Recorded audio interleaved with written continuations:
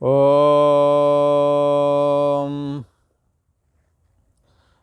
अखण्डमण्डलाकारं व्याप्तं येन चराचरं तत्पदं दर्शितं येन तस्मै श्रीगुरुवे नमः। योगेश्वर श्री कृष्ण भगवान की जय। ऐं सरस्वत्यै नमः। श्री गंगा देव्यै नमः।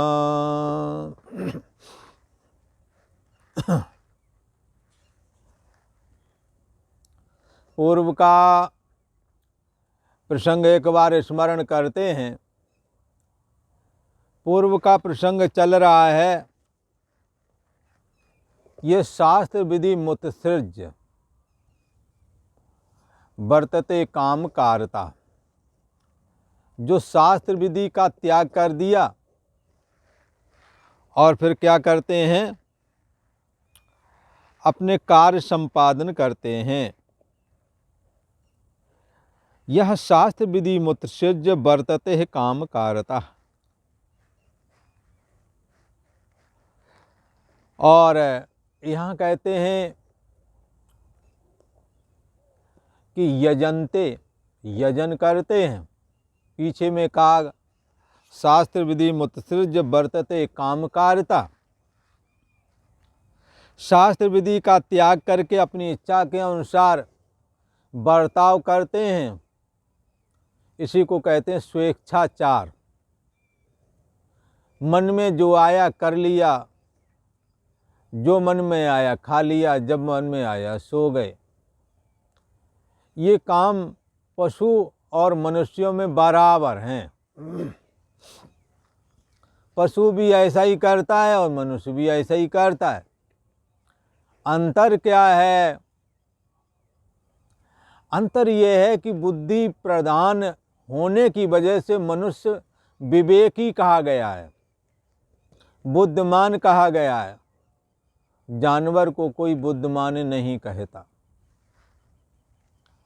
तो हमने क्या करना है, क्या करना है, क्या नहीं करना है, इसके विषय में शास्त्र प्रमाण है। और ये आसुरी संपदा वाले लोग बड़े बड़े यज्ञों का आयोजन करते हैं। ज्ञान यज्ञ का है, स्वाहा वाला यज्ञ तो है ही है, ज्ञान यज्ञ है, कन्याओं के विवाह वाले कर्म, ये भी सब कर्तव्य पालन रूप यज्ञ के अंतर्गत आते हैं। ये सब हो रहे हैं, कर रहे हैं, बहुत अच्छे से कई करते हैं। और कई लोग तो केवल इसीलिए करते हैं कि हमें दिखाना है। उन्हों के लिए कहा गया, यदि तुम्हें मालूम नहीं तो शास्त्र का सहारा ले लो, सत्पुरुषों का सहारा ले लो और दंबाचरण ना करो। दिखावा से क्या रखा है? रामचरितमानस में एक जगह कहा है, आप दिखावा किस लिए करते हैं कि लोग जान जाए ये बहुत अच्छे आदमी हैं, ये बड़े धर्मात्मा हैं, बस इतना ही तो जताना है। और कुछ दो टके दे देंगे और क्या। बड़े बड़े लोग तो उसके लिए कहते बनिया प्रसन्नम कौड़ी छदाम दानम। क्या करेगा बनिया का मतलब कोई भी धर्मात्मा, कोई भी दान दाता होगा, यदि आएगा खुश हो जाएगा तो क्या करेगा, 2-4-10 रुपया दे देगा। इससे तो जीवन नहीं निकला जा रहा। दूसरे के पैसे से अमीर बनने की इच्छा ना रखना चाहिए, खुद की मेहनत करना चाहिए। तुम्हारा दंबाचरण करोगे, एक बार तो दे जाएगा, बाद में कहेगा ये तो अपनी जेब भरता है, कहीं विवाह के नाम से, कहीं गौशाला के नाम से, कहीं ज्ञान यज्ञ रूप भागवत के नाम से, कहीं स्वाहा स्वाहा वाला यज्ञ करके। अच्छा होता कि आप सामने रखें 2 दूनी 4, यही है जो भी है, तुम्हारी इच्छा हो करो, ना इच्छा हो मत करो। पर हाँ, ये सत्कर्म करने चाहिए, इसकी प्रेरणा जरूर करना चाहिए। हाँ, हम नहीं अच्छा कर पाते, आप करो, अच्छा करके दिखाओ। रामचरितमानस में कहा, जिसके लिए आप उतावले हो मान प्रतिष्ठा पाने के लिए, हाँ, ये मान प्रतिष्ठा, ये यश प्रसिद्धि भगवान का स्वरूप है, और भगवान जिसको चाहेंगे उसी को मिलेगा। भगवान के अंदर 6 प्रकार के ऐश्वर्य बसते हैं। इसलिए बंधुओं, यदि कुछ प्राप्त हो जावे तो गरूर ना करना, क्योंकि ये भगवान का है। जैसे भगवान ने दिया है वैसे समेट भी सकते हैं, इसलिए गर्व ना करना चाहिए। रामचरितमानस में कहा, हरि जाने सब विनय जनाए, कबन सिद्धि कहो लोक रिझाए। ये भगवान श्री हरि, जो कि साक्षात भगवान श्री कृष्ण ही हैं, ये आपके बगैर जनाए सब जान जाते हैं। ये संसार को रिझाने से, दिखाने से बहुत कुछ हासिल नहीं होता है, बस वही कौड़ी छदाम दानम, और वो भी हाथ से छटक जाएगा, निकल जाएगा, कोई ना कोई ऐसा बहाना बनेगा। पर आपकी नीयत साफ हो जाएगी, भगवान जान जाएंगे कि आप मन में क्या चाहते थे, क्या करना चाहते थे। और बड़ों ने एक कहावत कही है, और वो कहावत ये, जैसी जैसी नीयत तैसी बरकत। आपकी नीयत ईश्वर खराब देखेगा। ये भगवान श्री कृष्ण सबके अंतर्यामी हैं। जब नीयत खराब देखेंगे तो आपको, हाँ, जो चीज़ चाहते हो, जिससे आप कुछ उपद्रव खड़ा करना चाहते हो, वो मिलेगा ही नहीं। इसलिए क्या करना है, हमों दंभाचरण नहीं करना है, और करने योग्य कर्तव्य कर्मों को करना है। और आसुरी संपदा का मूल जो गरूर है, ये नहीं करना, गर्व नहीं करना। कबरा गर्व न कीजिए। ये क्यों बहुत ऊंची बात बोलते हो? एक जगह थोड़ा झगड़ा झंझट हो गया। जिनसे हुआ वो थोड़े बुजुर्ग मूर्ति थे, और दूसरे वाले थोड़े नए थे। वो कहते हैं कि मैं तो तेरे को देख लूँगा, अच्छा, और मैं तो तेरी अर्थी भी उठा दूंगा मेरे सामने, हाँ, तुम गुजर जाओगे। पर ये बात कितनी खराब है। ये कोई पता है कि तुम पहले गुजरोगे या वो पहले गुजरेगा? ये गरूर भरी बातें मत करो। हरि जाने सब विनय जनाए। भगवान सब जान रहे हैं, तुम क्या बोल रहे हो? मृत्यु का ठेका मानो तुम्हें पता लग गया है क्या कि वो जाएगा तो हम तुम्हारी अर्थी तक उठा देंगे, मैं तुम्हें देख लूँगा। इस तरह की गरूर भरी बातें नहीं करना। कबरा गर्व न कीजिए, काल गहे कर केश, ना जाने कित मारे हैं, क्या घर क्या परदेश। है, घर में मृत्यु होती है, परदेश में होती है, कहाँ होती है, किसका सहारा लेना पड़े।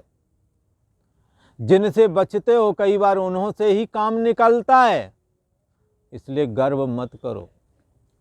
करने योग्य कर्तव्य कर्मों को भगवत अर्पण बुद्धि से करते चलो, और अपने कर्तव्य पालन का निर्वहन करते हो दूसरों का भी कर्म करते रहो। ऐसा यदि करोगे तो दूसरे के हृदय में आपके प्रति एक जगह बनेगी। ये जगह प्रेम का रूप ले लेगी, और आपके हृदय में भगवान श्री कृष्ण का निवास हो जाएगा। अर्थात भगवान श्री कृष्ण की भक्ति, परमात्मा श्री हरि की भक्ति, कहते हैं बड़ी दुर्लभ है। भगवान बहुत सारी चीज़ें दे देते हैं, पर जल्दी से भक्ति नहीं देते। किसी ने कहा, महाराज ऐसा क्यों? ऐसा इसलिए, भगवान भक्ति के पराधीन हो जाते हैं। भक्ति स्वतंत्र, भक्ति स्वतंत्र है, वो भगवान को भी अधीन कर लेती है। इसलिए अहम भक्त पराधीनो, भगवान कहते हैं कि हम तो भक्त के पराधीन हो जाते हैं। जो अपराध भक्त कर करही, राम रोष पावक सो जरई। भक्त का कभी अपराध नहीं करना चाहिए, अर्थात उसे दुखी नहीं करना चाहिए, उसे कष्ट ना देना चाहिए, व्यर्थ में उसे परेशान ना करना चाहिए, वरना उसके दुखी होने पर भगवान भी दुखी हो जाते हैं, क्योंकि उसके हृदय में भगवान का निवास है। और भगवान जब भक्त को दुखी देखते हैं तो उन्हें अच्छा नहीं लगता। उनकी क्रोध का शिकार हम कहीं हो न जाएं, इसलिए हमने कभी भी किसी भी साधन भजन करने वाला, चाहे वो साधु हो चाहे वो गृहस्थ हो, चाहे जो हो, उसका कभी अनादर नहीं करना, सदा सत्कार करते रहना चाहिए। ऐसा भी कहीं कहीं पर कहते हैं, जो भगवान का भजन करते हैं, साधन भजन करते हैं, मन विषयों में नहीं जाने देते हैं, और इंद्रियां भी विषयों में जिनों की नहीं जाती हैं, हाँ, और भगवान के अलावा कोई दूसरा काम नहीं जिनों के अंदर, ऐसे लोग ब्राह्मण वृत्ति वाले कहे जाते हैं, भले ही वो ब्राह्मण क्यों न हो। इसलिए ऐसे लोग, ऐसा ब्राह्मण जो जाति से लेना देना है, उसकी वृत्ति ही ब्राह्मण वृत्ति हो चुकी है। सापत ताड़त परुष कहंता विप्र पूजिए। ऐसे जिनों के गुण समदम से युक्त हैं, जो विद्या विनय संपन्न है, तपस्वी हैं, ये अगर यदि कुछ डांट दें, ताड़ित कर दें, तो भी इनके विरोध में मत जाओ, इनका बुरा मत मानो, क्रोध ठंडा पड़ेगा। ये अच्छा सा बोलेंगे, क्रोध क्षणिक होता है संतों का, चाहे वो सादा कपड़े में हो, चाहे वो संन्यास मार्ग में हो। संत हृदय नवनीत समाना, संतों का हृदय तो मक्खन के समान होता है। किसी ने कहा कभी पर कहत न जाना, कवियों ने कहा तो है पर कहते इन्होंने सही से कह नहीं पाया। बोले तुम कह दो, हाँ, बोले कह देता हूँ। हाँ, निज परताप द्रवय नवनीता। हाँ, ये मक्खन जो है जब नीचे से आंच लगती है तब पिघलता है सर्दियों में। पर संतों का संत हृदय नवनीत समाना, कहा कबिन पर कहात न जाना। निज परताप द्रवय नवनीता, और पर दुख द्रवय सुसंत पुनीता। जो दूसरे के दुख से दुखी हो जाता है उसका नाम वो पवित्र संत है। ऐसे संतों के दर्शन से पातक टरई, सरदा तप निश शश अपहरही। संत दरस जिम पातक टरई। जैसे शरद की रात्रि होती है तो ठंडक हो जाती है, गर्मी खत्म हो जाती है, रात्रि में उजाला भी हो जाता है। ऐसे ही शुक्ल पक्ष में जब चंद्रमा पूरा निकलता है तब वो चांदनी बहुत सुंदर लगती है। खास करके जब आप जंगल झाड़ी मैदानों में हो, घरों में उतना नहीं पता लगता है। बड़े बड़े लंबे ऊसर या कई किलोमीटर पैदल चलना हो, रात हो गई हो, चंद्रमा निकल आया तो ऐसा लगता है मानो दिन सा हो गया हो, बहुत अच्छा लगता है। तो ये चंद्रमा जैसे ताप खत्म कर देता है, उजाला देता है। संतों का दर्शन भी, ऐसे संत जब मिलते हैं तो उनके दर्शन से हृदय के दुख विक्षेप खत्म हो जाते हैं और एक अजीब शांति मिलती है, लगता सुखी हो गया हूँ।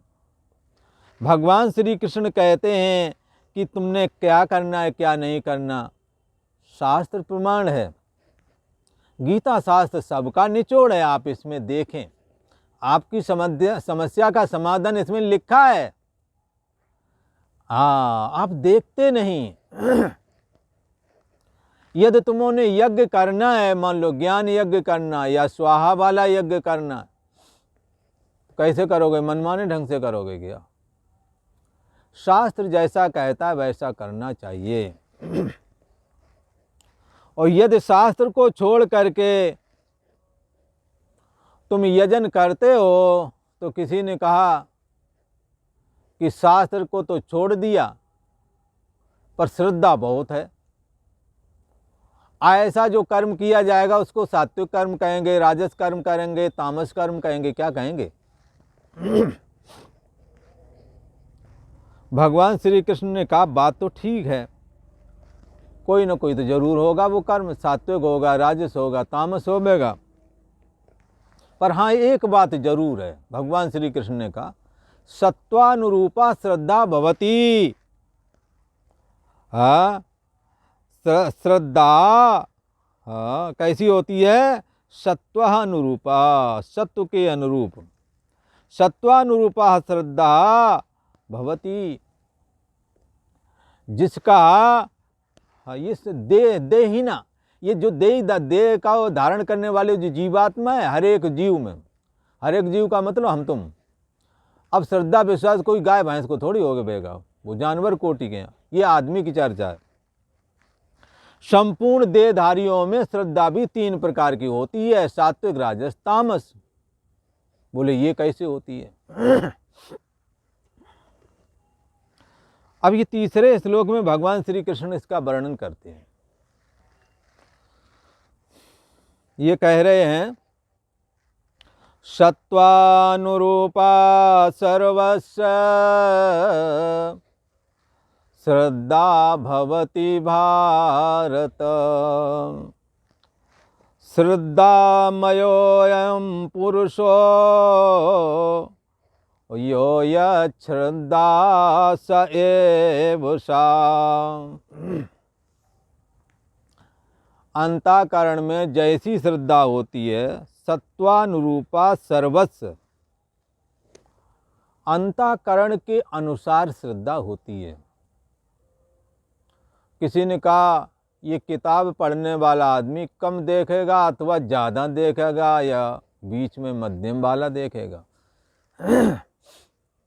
तो जवाब देने वाले ने कहा ये बात आँखों पर निर्भर करती है कि उसकी आँखें कैसी।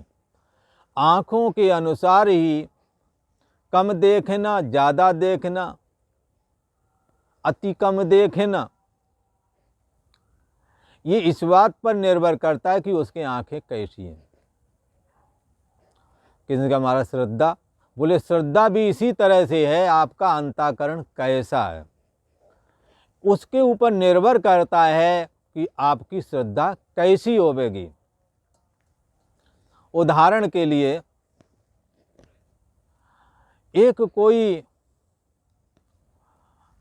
3 बालक एक घर में थे। एक बालक जो चोरी उचक्की जिसका पिता करता था उसके यहाँ का था, और एक बालक किसी विद्या विनय संपन्न ब्राह्मण का था, और एक ये साधारण घर गृहस्थी के कर्म करने वाले का रहा। ये बात तो किसी आश्रम में घटित भी हुई थी। एक लावारिस बच्चा प्राप्त हुआ था, उसका पालन पोषण किया गया आश्रम में, और बड़े उत्साहपूर्वक उसको पढ़ाने के लिए स्कूल में डाला। सारे खर्चे का इंतजाम कर दिया। आश्रम में बच्चों को पढ़ाने के लिए कुछ ना कुछ करते भी हैं, तो उसको विशेष किया जा रहा था, क्योंकि जो बड़े महाराज जी थे तो उनको ही मिला था, लिहाजा सभी का कोई कुछ उससे कहता नहीं था। उसको पढ़ाने के लिए भेजें, वहाँ चोरी कर ले। आश्रम में कोई चोर उचक्का नहीं बताऊं, सभी लोग अच्छे। चोरी निषेध, साधुओं के यहाँ चोरी कौन करेगा भाई? अब जब आश्रम में आ जावे तो बड़े महाराज जी का पाला पोसा, हर जगह उसका जाना आना, तो कार्यालय से कुछ उठा लेवे, कहीं पैसे निकाल लेवे, गोलक वो दान पात्र रहता था उसमें से, कहीं कुछ कर ले, कहीं कुछ कर ले, कुछ ना कुछ रोज उपद्रव करे। जो रोके तो आंख दिखावे, क्योंकि बड़े महाराज से जोड़ा हुआ है। और वहीं पर जो बेचारे और बालक आए, कई ब्राह्मण बालक और भी बालक आए, वो हाथ जोड़ के उनके माता पिता बड़ी आरजू मिन्नत से उन्हें रखा कि महाराज हमारा बच्चा भी यहाँ बना रहेगा, पढ़ लिख जाएगा, संस्कृत से थोड़ा पढ़ना है। रख लिया उन्होंने। वो वैसा ही विनय संपन्न, पढ़ता लिखता, एक चीज इधर उधर नहीं करता। अब ये क्यों नहीं करता है? इसी प्रकार से साधारण कर्म करने वाला, घर गृहस्थी के कर्म करने वाला, खेतों में काम करने वाला, उसका खेती का अनुभव उसके माता पिता का रहा, और जब वो सयाना होकर के संन्यास मार्ग में आ गए, और आने के बाद वे पार्क वाला काम जितना ढंग से बड़े अच्छे से जो सेवा करते थे, फूल को कैसे रखना है, लता को कैसे पौड़ाना है, कलम कैसे गुलाब की लगानी है, जितना अच्छा वो काम कर रहे थे, उतना अच्छा काम किसी को करना आता ही नहीं था। एक ही आश्रम में ये 3 प्रकार के लोग कैसे? ऐसे ही बंधुओं, जिसकी जैसी रुचि है, संस्कार हैं, वही उसकी श्रद्धा है। जन्मांतर से ये चले आ रहे हैं, कोई ऐसा तो है नहीं कि यहाँ हो गया हो। जैसा जिन्होंने जन्मांतर में कर्म किया, वैसे ही संस्कार लेके आया है, वैसे ही उसकी श्रद्धा होती है। उनमें से फिर जब एक को ये कहा गया कि शिव जी का मंदिर है, यहाँ जल चढ़ाया करो, तो जो चोरी उचक्की करता है उसे रोजाना याद दिलाना पड़ेगा, जल चढ़ा के आ, पर जिस दिन ना कहो उस दिन नहीं चढ़ाना। और एक वो बालक जो संस्कृत आदि में जाता था, बगैर कहे सुबह जल चढ़ावे, सफाई भी करके आवे। और एक तीसरा बाला, उससे कह दिया, वो चालू हो गया। एक बगैर ही कहे चढ़ा रहा था। तो क्या है, ये सब अंतर है। एक ही उम्र के हैं और मनुष्य के ही बच्चे हैं, किसी दूसरे के नहीं, मनुष्य के बच्चे हैं। इतना अंतर आ जाता है। सत्वानुरूपा सर्वत्र श्रद्धा भवति। सभी मनुष्यों की श्रद्धा सत्वानुरूपा अर्थात उसके अंतःकरण के अनुरूप ही होती है, अलग से नहीं है। क्यों ऐसा होता है? अब भगवान श्री कृष्ण कहते हैं, हाँ होता तो इसलिए कि पूर्व में जैसा संस्कार क्या कमाए हैं वो हृदय में बैठे हुए हैं। चोरी कर कर के मरे हो, बाद में बालक भले ही बन जाओ, जैसे ही समझ जगेगी तो किसी न किसी को उठाने लगोगे। लड़के जाते हैं कई बार चोरी चक्की वाले, कहीं जो पा जाए वही साबुन उठा ले आते हैं, और तो किसी बाथरूम में चले गए साबुन उठा लाए। ये सब कौन सिखाता है? इनका संस्कार, अंतःकरण है, इसी के अनुरूप है ये। इन्हों को बड़ी जिम्मेदारी दे दो, ये पूरा ताप ही लेंगे। जब तक बड़े महाराज को पता लगेगा तब तक पता लगेगा उन्होंने ताप डाला था। इसलिए संस्कार, हमें गंदे संस्कारों को बदल करके अच्छे संस्कार अर्जित करना चाहिए। ऐसा नहीं कि ये बदल नहीं सकता, ये बदल सकता है, ये अच्छा हो सकता है। अपने को बदलना चाहे तो जरूर बदल जाएगा, पर जो अपने को नहीं बदलना चाहता है उसको कोई क्या कर सकता है। इसलिए 4 प्रकार की कृपा बताई गई है। एक तो गुरु महाराज की कृपा, दूसरा शास्त्र की कृपा, तीसरा ईश्वर की कृपा, और चौथी अपनी कृपा। ईश्वर ने कृपा की, हमें मनुष्य शरीर दे दिया, संतों को मिला दिया, शास्त्रों के ज्ञानवान लोगों के बीच में भेज दिया। अब शास्त्र वहाँ चर्चा होती है तो शास्त्र की कृपा भी हो रही है। ईश्वर कृपा, मनुष्य शरीर मिल गया, अच्छे लोगों में भेज देना ईश्वर की कृपा है। दो कृपा तो हो ही गई। और गुरु जी की कृपा इसलिए कि क्योंकि उन्होंने अपने आश्रम में रहने दिया और जो भी चर्चा करते हैं, जो भी आश्रम के प्रकल्प हैं, जो भी क्रियाकलाप, उनमें शामिल कर लिया गया। और फिर भी नहीं सुधर रहे हैं तो इसका मतलब अपनी कृपा नहीं। इसलिए चाहे गुर मिले बिरंच सम, मूर्ख हृदय न चेत। चाहे गुर मिले बिरंच सम, मूर्ख आदमी को बोध होता नहीं। मूर्ख कौन? जो अपने को बदलना नहीं चाहता है। बदलना नहीं चाहता, सामर्थ्य नहीं, ऐसा नहीं है, सामर्थ्य पर बदलना नहीं चाहता।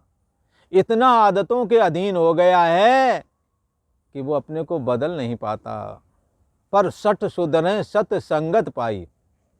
दुष्ट भी सुधर जाता है, इसलिए बंधु आशा नहीं छोड़नी। यत्न करो, हिम्मत मर्दे मदद भगवान। आप हिम्मत करो, भगवान तुम्हारी मदद करेंगे। तुम गलत आदत छोड़ने का प्रयास करो, आपकी छूट जाएगी। आप दृढ़ संकल्प बनाओ कि अब हम ये मादक पदार्थ नहीं लेंगे, चाहे कुछ हो जाए, चाहे मर जाए, छूट जाएगा। ये मनुष्य है जो अपने जीवन को बदल सकता, देवता तो नहीं बदल सकते। देवताओं के लिए कि देवता सुर दुर्लभ सदग्रंथन गावा। जो काम आप कर सकते हैं देवताओं के लिए दुर्लभ है। और इसलिए बड़े भाग मानुष तन पावा, सुर दुर्लभ सदग्रंथन गावा।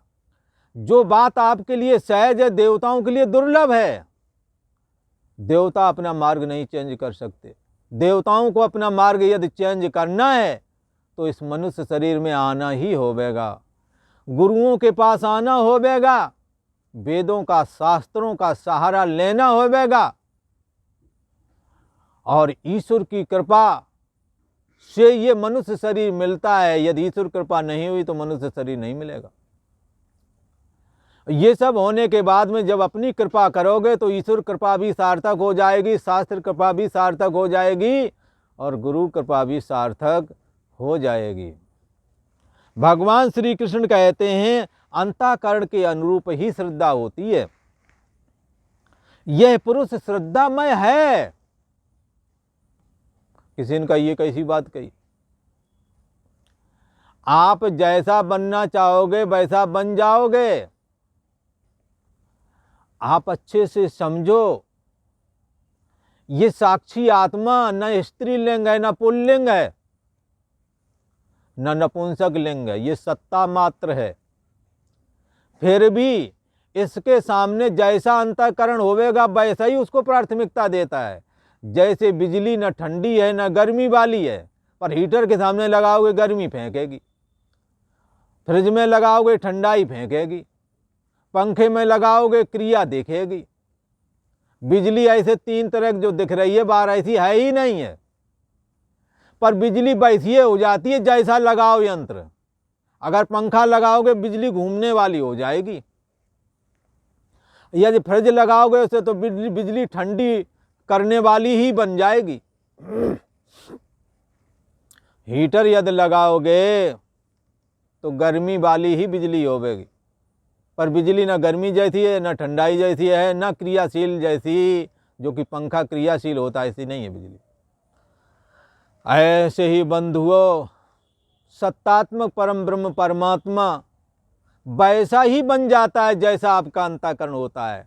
आप अंतःकरण को चोर उचक्के वाला बना लो, घूसखोरी वाला बना लो, किसी से पूछने की जरूरत नहीं है, रिश्वतखोरी वाला बना लो।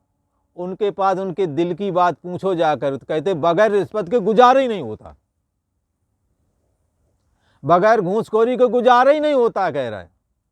और वो ये भी कहते मिलेंगे अगर ये ना लें तो नौकरी ना कर पाऊंगा, क्योंकि वहाँ जो बंटवारा होता है ना, उसमें जो हरिश्चंद्र छाप होते हैं उनका बाइकाट हो जाता है। इस करके उन्हें वैसे ही समाज और वैसे ही सब कुछ मिलता ही है। अच्छा, फिर कहते तनख्वाह का क्या होता है? बोले वो पता ही नहीं लगती कहाँ चली जाती है। तो कोई कहेंगे हम तो इकट्ठी कर दिए, फिर जब रिटायरमेंट होते हैं 40-50-60 लाख हो गए, मान लो हो गए, तो कोई लड़का तैयार ही बैठा होगा, पापा को इतने रुपए मिलेंगे, हम ये व्यापार करेंगे, और व्यापार का उसे अनुभव होगा नहीं, दूसरों को सुन सुनाए के भूल लगेगा। सारे पैसा ताप लेगा, ठन ठन गोपाल रह जाएंगे। वो बेईमानी का ही धन खाया, उसी को खर्च किया, अपना वाला ऐसे गया। इसलिए सत्वानुरूपः श्रद्धा भवति। परमात्मा आप अंतःकरण को जैसा बनाओगे, परमात्मा वैसा ही बन करके दिखने लगेगा। आप बेईमानी का अंतःकरण बनाओ बंधुओं, अंतःकरण में बेईमानी के अलावा कोई बात नहीं आएगी।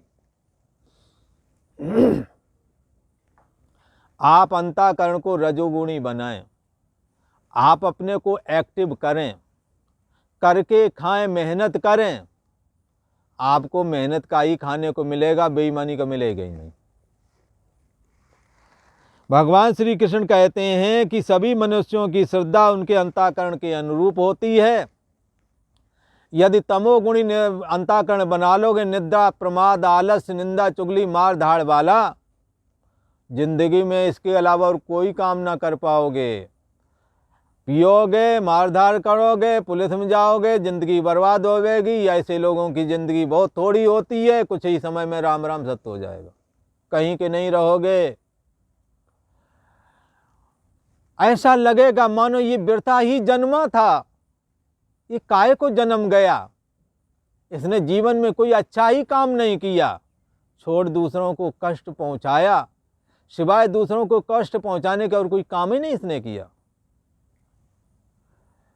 और कई रजोगुणी होती हैं, बचपन से लेकर विचारों ने काम चालू कर दिया, माता पिता रहे नहीं, शुरुआत से काम करने लगे, जवानी में करे, पूरा जीवन निकल गया, बच्चे हो गए, बच्चे तो नहीं करते, अभी अभी भी ये लगे पड़े हैं। इन्होंने अपने को एक्टिव रखा, क्रियाशील किया।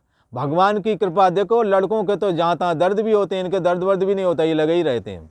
क्यों लगे रहते हैं? ये एक्टिव रहे हैं, अपने को क्रियाशील बनाया है। हाँ, अकेले नहीं खाए, खुद कमाया और दूसरों को भी दिया, खुद भी खाए। ऐसा जीवन जीने वाला शरीर से अपायज प्राय करके हाँ नहीं होता। इसलिए स्वयं मेहनत करता है, स्वयं की मेहनत से दूसरों को खिलाने वाला अंतिम सांस तक एक्टिव होकर के सारा जीवन जीता है। और यदि वो धर्म कर्म में जीवन हो जाए तो उसकी महिमा अपार हो जाती है। और यदि वो परमात्मा के अर्पण करके कर्म करने लगे तो भगवान को अपार संतुष्टि होती है, क्योंकि उसने जीवन में किया है, दूसरे को दिया है। अब समय जो बचा है वो हमारा नाम पुकार रहा है, इसलिए ईश्वर को बड़ी प्रसन्नता होती है। भगवान श्री कृष्ण कहते हैं, आप अंतःकरण में जैसी श्रद्धा रखोगे, अंतर्यामी आत्मा आपके अंतःकरण को वैसा ही बना देगी। जैसे बिजली के आगे जैसा यंत्र रखोगे, हीटर रखो, फ्रिज रखो, पंखा रखो, बिजली वैसी ही हो जाएगी, वैसी ना होते हुए भी। ऐसे ही सत्तात्मक परम ब्रह्म परमात्मा भगवान श्री कृष्ण का अंतर्यामी स्वरूप, हाँ, आप अंतःकरण को जैसा रखोगे वैसा ही होकर के दिखने लगेगा। इसलिए चोर साधु और लंपट ज्ञानी, जस आपन तस दूसर जानी। चोर का अंतःकरण लाओगे, आपको जिंदगी भर चोरी करना पड़े। और ये लंपट वालों की बड़ी महिमा है।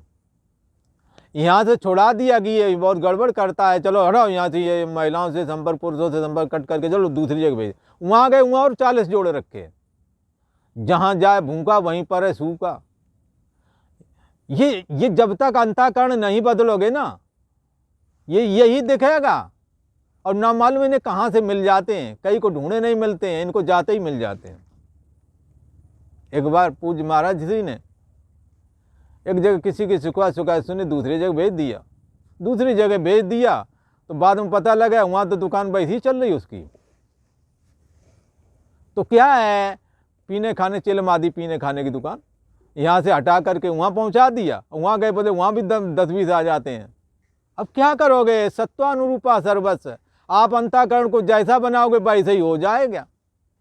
ये चोर उचक्की वाले, पीने खाने वाले किसी देश में चले जाएं, किसी तीर्थ में चले जाएं, जब बैठेंगे इनके संगी साथी वहीं आ जाएंगे, बगैर बुलाए आ जाएंगे।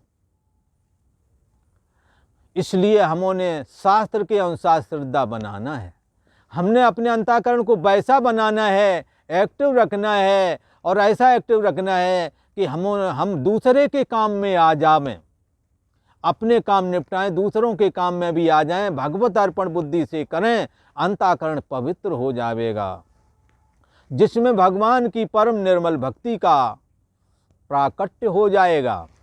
भगवान श्री कृष्ण कहते हैं, हे अर्जुन, सभी मनुष्यों की श्रद्धा उसके अंतःकरण के अनुरूप होती है। आप जैसी श्रद्धा रखोगे, अंतःकरण को जैसा रखोगे, श्रद्धा भी वैसी हो जाएगी। क्यों? ये जो अंतर्यामी आत्मा है, ये जो पुरुष है, ये जो परमात्मा है, श्रद्धामयो, आपकी श्रद्धा के अनुसार ही हो जाता है। इसलिए जो पुरुष जैसी श्रद्धा वाला होता है, यह यच्छ्रद्धा सा एव सः, जो मनुष्य जैसी श्रद्धा वाला होता है और वैसे ही ये हो जाता है, वैसे ही जैसी श्रद्धा वाला होता है स्वयं भी वही हो जाता है। आप ईमानदारी का जीवन जियो, आप ईमानदारी की प्रतिमूर्ति बन जाएंगे। पूरा मोहल्ला कहेगा, फला आदमी कहते हम बात मान लेंगे, इतना विश्वास हो जाता है। फलाना गांव में होता था, अब जैसे कोई बात बड़े बोले चलो पहले कक्का से बुलवा दो, अगर कक्का कह देंगे तो हम मान लेंगे, और कक्का कहते हाँ कोई बात नहीं मैं दिलवा दूंगा, नहीं देते तो कक्का अपनी जेब से देने जाते हैं। पता है कि हमारा नाम खराब हो जाएगा, मैंने तो कहा था दे देना, तू नहीं दे रहा, चलो मैं अपनी जेब से दे देता हूँ, फिर तू मुझे दे देना। अरे कई बेचारे लोग फंस जाते हैं बात की बात में। जैसे महाभारत के युद्ध में कभी झूठ ना बोले, कभी भी झूठ नहीं बोलते थे धर्मराज युधिष्ठिर। जब भीमसेन ने द्रोणाचार्य के सम्मुख कहा, हे द्रोणाचार्य, हे आचार्य, हे गुरु महाराज, तुम्हें मेरा नमस्कार है, तुम व्यर्थ में ही हम पांडवों को युद्ध में मारे डाल रहे हो, हमारी सेना का सत्यानाश कर डाला है तुमने, और तुम्हारा पुत्र जो अश्वत्थामा है वो तो मारा गया है, तुम युद्ध जीत भी जाओगे तो इसका क्या होगा ये बताओ, तो हमारे को व्यर्थ में क्यों मार रहे हो? अश्वत्थामा मारा गया है। और उन्हें अश्वत्थामा से इतना प्रेम था कि जो झटका लगा तुरंत धनुष बाण छोड़ दिए और रथ से नीचे उतर गए, पद्मासन लगा के बैठ गए, कहने लगे अब पुत्र का पुत्र नहीं तो मैं अपना जीवन धारण नहीं कर सकता, मैं पुत्र के बगैर नहीं जी सकता, इसलिए मैं शरीर का त्याग कर दूंगा योग के द्वारा। और यही वो चाहते थे। परंतु ये घटना जब ये प्राण त्यागने के लिए जब बैठे, उससे पहले उन्होंने एक बार ये बात कही सभी को बुला के कि भाई ये भीमसेन जो ये कहते हैं इनकी बात पे मुझे विश्वास नहीं होता है, परंतु अगर इनके बड़े भाई धर्मराज युधिष्ठिर ये बात कह दें तो हम मान लेंगे, हम युद्ध से उपराम हो जाएंगे और मैं शरीर का त्याग कर दूंगा, क्योंकि मैं अपने पुत्र के बगैर जीवित नहीं रह सकता। तब धर्मराज युधिष्ठिर से भगवान श्री कृष्ण ने कहा, बड़े भैया, बोले हाँ, बोले धर्म की विजय करानी है, धर्म की विजय सत्य से ना हो रही हो तो वो सत्य भी असत्य के बराबर है, ये समझ लो। अगर तुमने ये कह दिया अश्वत्थामा नहीं मारा गया है, ऐसा कह दिया तो गुरु द्रोणाचार्य किसी के मारे नहीं मरेंगे, इनके लिए प्रसिद्धि है, इनके हाथ में जब तक धनुष और बाण है, साक्षात इंद्र भी उतर आए तो भी इन्हें पराजित नहीं कर सकता, ये बता दिया तुम्हें। इसलिए धर्म की विजय तभी होगी जब तुम ये बोलोगे अश्वत्थामा मारा गया। बोले कि अश्वत्थामा तो नहीं मारा गया, मैं कैसे कह दूं? बोले तो तुम अपना सत्य पकड़ के रहो, तुम्हारे भाई भी मार डालेंगे, वो सारी सेना मार डालेंगे, फिर रहना इसी को पकड़ के। धर्म की विजय तब होगी कि अब होगी। कई जगह तो जब देश की बात आ लगे है और धर्म की विजय की बात आ लगे तो झूठ भी सत्य के बराबर हो जाता है।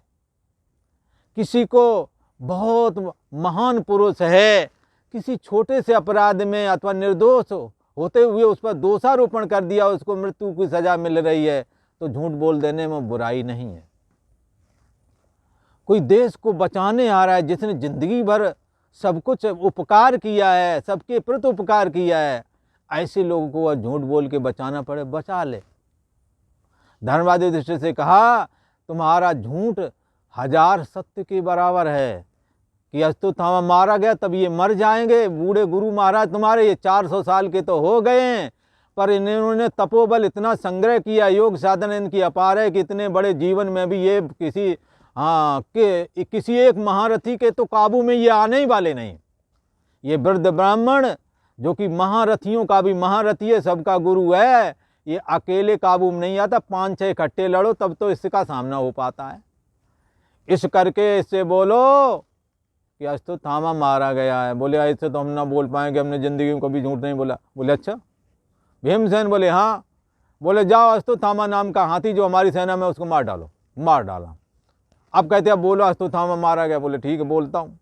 और जाकर के बोले गुरु महाराज, बोले हाँ अश्वत्थामा मारा गया है, पर तब तक भगवान श्री कृष्ण ने शंख बजा दिया, पर नरो व कुंजरो, चाहे पुरुष मारा गया हो चाहे हाथी, अश्वत्थामा तो मारा गया, ये मतलब अर्थ होता है। भगवान ने शंख बजा दिया। अब द्रोणाचार्य जी ने यही सुना अश्वत्थामा मारा गया, बस तुरंत रथ से उतर गए और उन्होंने पद्मासन लगाया और योग धारणा करके श्री ब्रह्मलोक को पधार गए थे। बड़े महायोगी भी थे वो। तो इस प्रकार से बहुत जगह यदि धर्मराज युधिष्ठिर ऐसा नहीं बोलते तो उनको तो कोई मारने वाला नहीं था। महाभारत के युद्ध में ये प्रसिद्धि थी। ये वृद्ध महारथी द्रोणाचार्य जो सभी का गुरु है, ये किसी एक महारथी की हिम्मत नहीं जो इसके सामने युद्ध कर सके। 4-4, 5-5 इकट्ठे लड़ते थे तब उसका सामना होता था। ऐसे हाँ, और ये पक्ष किसका लिए थे? अधर्म का। अधर्म की विजय करने पर उतारू थे, इसलिए दुर्योधन ने सेवा ज़्यादा कर दी, सब कुछ दान, खूब दान दक्षिण के खुश कर दिया, तो अब कहते हैं इनका नमक खाया तो इनकी तरफ से लड़ना पड़ेगा। मात्र इतनी सी बात पर अधर्म की ओर चले गए। तुम्हें धर्म का पक्ष ग्रहण करना चाहिए था। तो क्या है, भगवान श्री कृष्ण कहते हैं कि तुम्होंने क्या करना है, सत्वानुरूपा सर्वस्व श्रद्धा भवति ही। आप अंतःकरण को जैसा बनाओगे, हाँ, अंतःकरण में जैसी श्रद्धा होगी, जैसा संस्कार होगा, वैसे ही आप बन जाओगे। क्यों? श्रद्धा मया अयम पुरुषः। ये पुरुष जो श्रद्धामय है, आपका अंतःकरण जैसा होगा या वैसा ही दिखने लगता है। इसलिए यो यत् श्रद्धा, इसलिए जो पुरुष जैसी श्रद्धा वाला है वह स्वयं भी वही हो जाता है, ऐसा कहा। और आज इतना ही। ओम शांति शांति शांति।